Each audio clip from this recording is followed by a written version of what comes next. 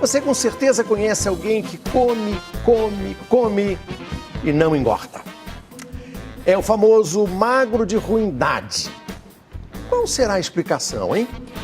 A ciência acaba de encontrar uma resposta que se junta àquelas já conhecidas, como a idade e também o metabolismo. São as bactérias do bem, que vivem dentro do nosso corpo. Para manter o peso, cada um tem uma estratégia.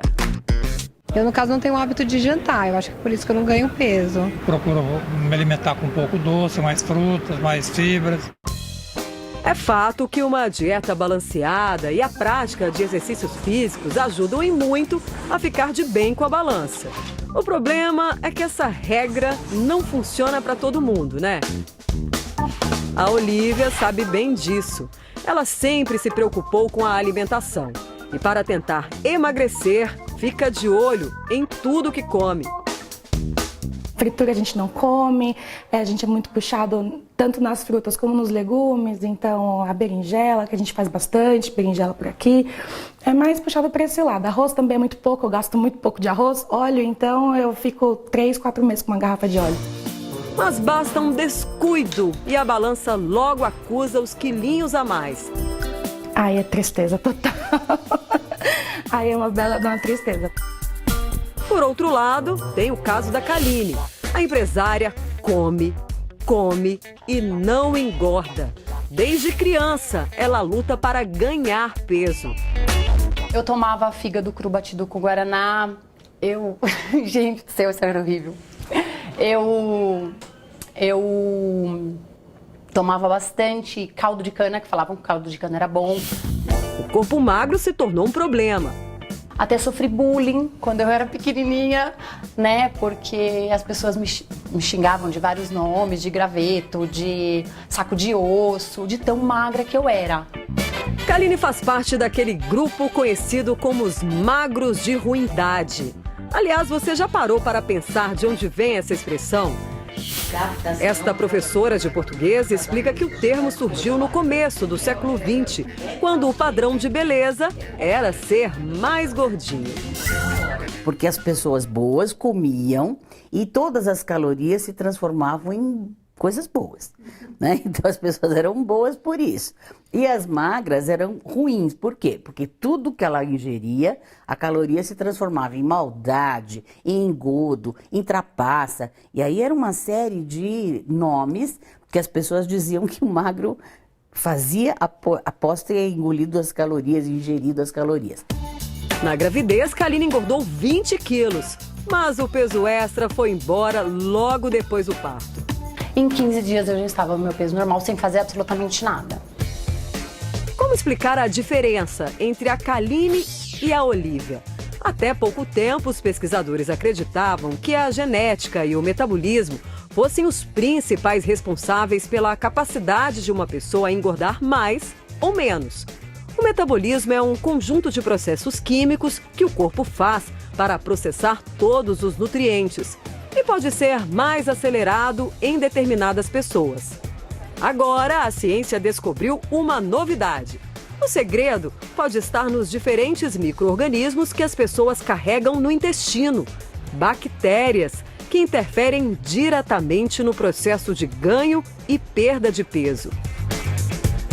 Nós temos cerca de 2.000 tipos de bactérias diferentes no nosso organismo. E essa flora bacteriana do bem é formada quando a gente come produtos menos industrializados, como as frutas, por exemplo. E agora os pesquisadores descobriram que esse pode ser o segredo daquelas pessoas que se mantêm sempre magras, mesmo comendo muito e de tudo. Funciona assim: quando o alimento chega no intestino, as bactérias boas entram em ação.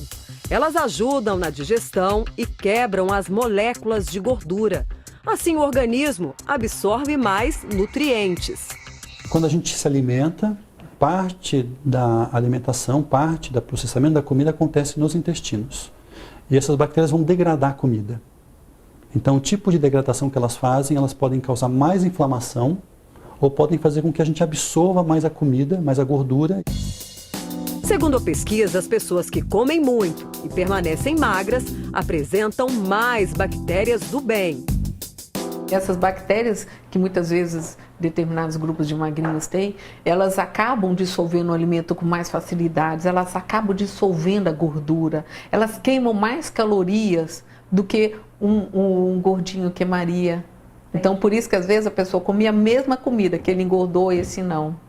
Já as bactérias ruins fazem com que o corpo tenha dificuldade para absorver a parte boa dos alimentos e jogar fora o que precisa ser eliminado.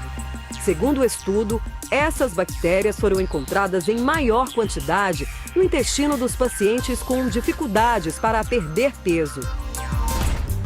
Mas por que algumas pessoas têm mais e outras menos bactérias do bem? Tudo começa na infância, quando a criança forma a chamada flora intestinal. A flora bacteriana ela começa a surgir lá na criança, né, quando a gente começa a se alimentar, quando a gente é bebê ainda, e ela vai sendo modulada ao longo da vida. E conforme nossa alimentação, nosso estilo de vida, a gente vai modular ela tanto de uma forma positiva ou negativa. Ou seja, a alimentação que temos ao longo da vida define se seremos adultos mais magros ou se vamos brigar para sempre com a balança. Existem exames que detectam a quantidade e a qualidade das bactérias do seu organismo. Então, com esse exame vai detectar, olha, realmente 80% das bactérias que você tem são bactérias boas ou bactérias ruins. Mas a guerra não está perdida. Existem algumas dicas que podem ajudar a reverter essa situação. Cuidar da alimentação, comendo verduras e legumes ricos em fibras, tomar bastante água, realizar atividades físicas como caminhada e exercícios leves. Bactérias ruins, elas adoram tranqueira. Excesso de gordura, fast food, carboidrato. Então, quando você começa a jogar dentro do seu corpo diversos tipos de alimentos, que são alimentos que a gente fala inflamatórios, eles vão acabar matando grande parte das bactérias boas que nós temos. Para se ter uma ideia, nosso corpo tem mais de 100 trilhões de micro-organismos e 70% deles vivem no nosso intestino. Mais faz a digestão, que seria um cano para eliminar nosso lixo, né? Não, o intestino hoje ele está sendo considerado um órgão de defesa, a nossa imunidade passa por ele, um órgão que tem a parte de absorção e que tem essa camaradagem, né? Todos esses amigos da gente morando lá dentro. Acredite, até o humor é influenciado pela qualidade da digestão. É que boa parte da serotonina, o hormônio da felicidade, é produzida no intestino. Então, por isso que hoje no intestino a gente tem que dar atenção especial. Pessoas às vezes que são constipadas, são pessoas às vezes que são mais tensas, mais nervosas, mais estressadas. Então, seu intestino tem que funcionar adequadamente. É indicado também consumir os alimentos ricos em bactérias do bem, os chamados probióticos. Os principais são a kombucha e o kefir. E você também encontra alguns probióticos no iogurte. Só que esses probióticos, eles são mais fracos, vamos dizer assim, né? Os do iogurte. O kombucha ou kombucha é uma bebida tradicionalmente obtida a partir da fermentação de infusões ricas em cafeína. Já o kefir é um probiótico fermentado a partir do leite. O Paulo toma um copo de kefir todos os dias em jejum. Esse é o segredo dele para se manter magro e com saúde. Tem mais de um ano que eu tomo já. A melhora é a imunidade, muito difícil eu ficar doente hoje em dia. Não tomo outras vitaminas, é mais esse mesmo. A Ariadne também mudou alguns hábitos em busca de uma vida saudável. Um deles foi começar a tomar cápsulas de lactobacilos, um outro tipo de probiótico.